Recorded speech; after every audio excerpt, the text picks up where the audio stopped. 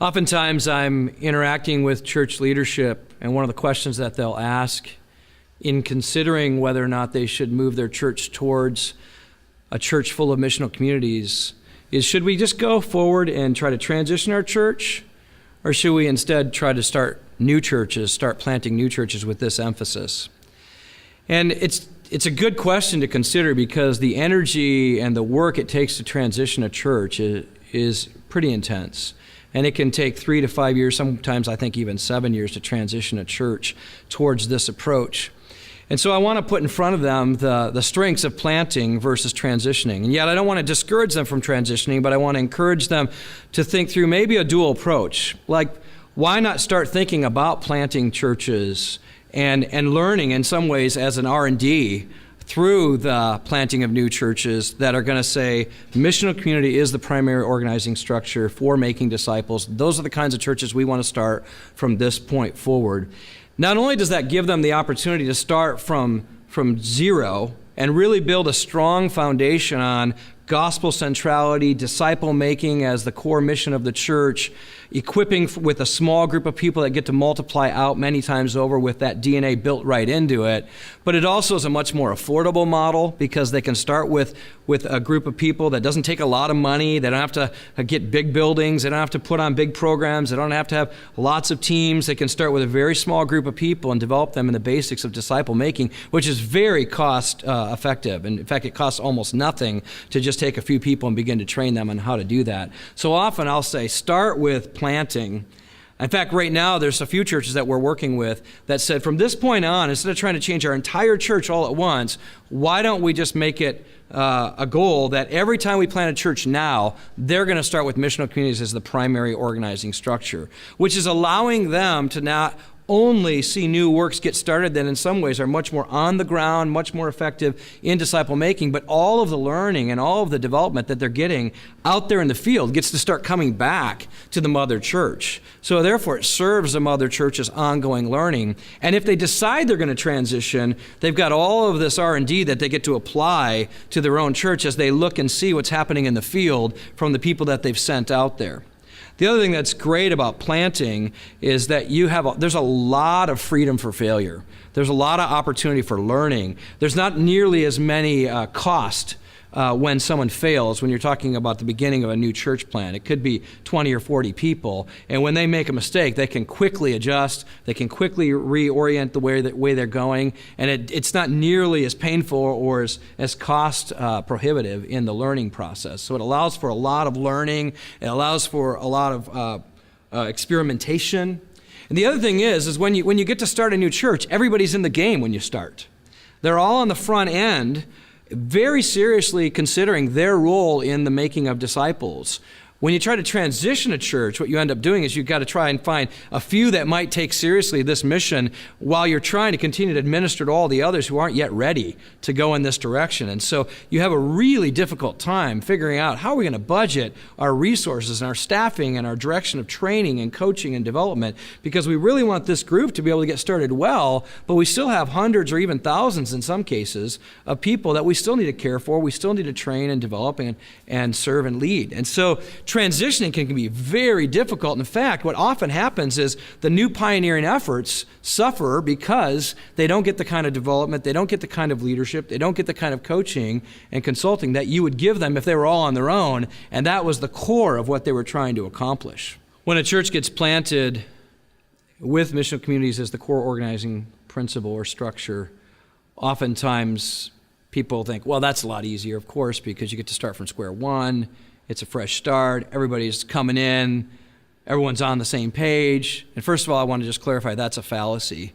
Even if you start with a core group, they're all not on the same page.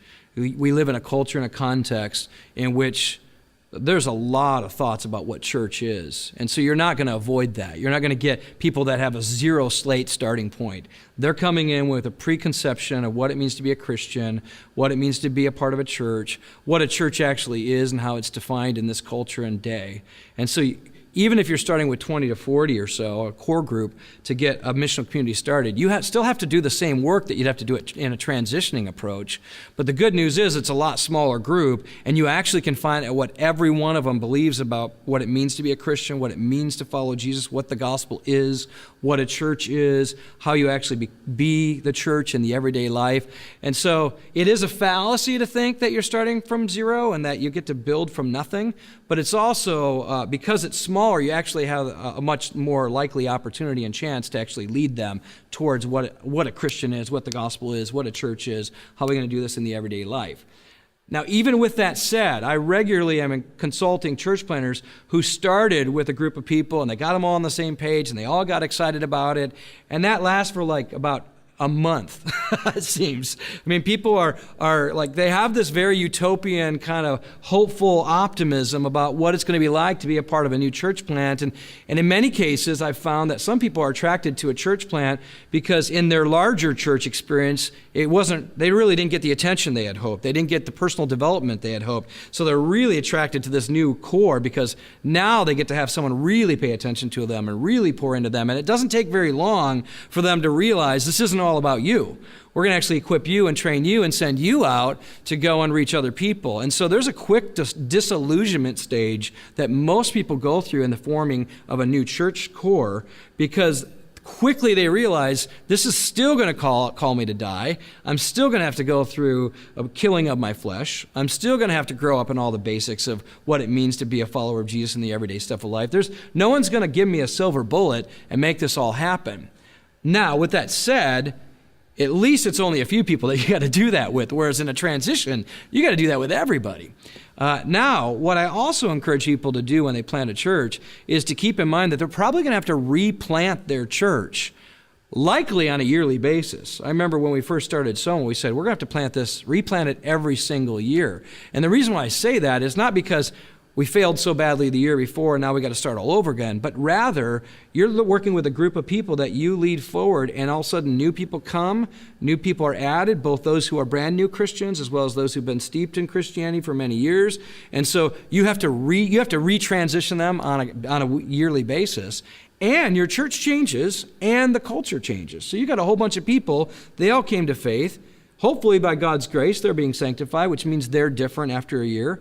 But you're also dealing with a culture that's all around you that's constantly changing. Worldviews are constantly changing. World issues are constantly changing. And so you have to regularly teach your people to expect that the only thing that's not going to change around here is the gospel of Jesus Christ.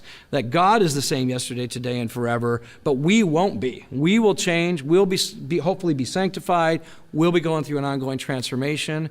And so there almost needs to be a starting and stopping point. Not a literal starting, but a pausing, a looking at what you are and saying, okay, who have we become? Where are we going? What are we trying to accomplish? Is this the best way to accomplish making disciples who make disciples in this context, in this day, in this age, with these people?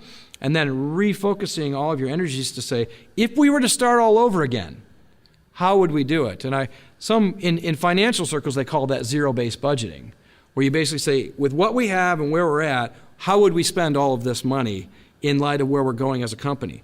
Churches need to do the same thing. In light of who we are and where we're at, where are we going to put our energies and our resources? Where do we need to train? Where do we need to develop? Let's re-budget all of that every year. And in a sense, let's refocus our energies every year so we don't lose sight of the primary mission, which is to glorify God through the making of disciples who make disciples. In that sense, if the church gets used to a regular cycle of replanting, of refocusing, of rebudgeting, of restewarding, of re-energizing the church toward mission, then it'll get normative for the people of God to expect that they're going to have to continually engage in the process of change throughout their whole life. I was reflecting on this recently because I was telling someone about marriage and saying that I didn't marry, the wife that I'm now married to is not the wife I married when we first got married. She is a different woman. And it seems like just when I figure out how to love my wife and lead her really well, she changes on me. And that's because she's growing and she's becoming more Christ-like and she's becoming stronger in being the woman God meant her to be.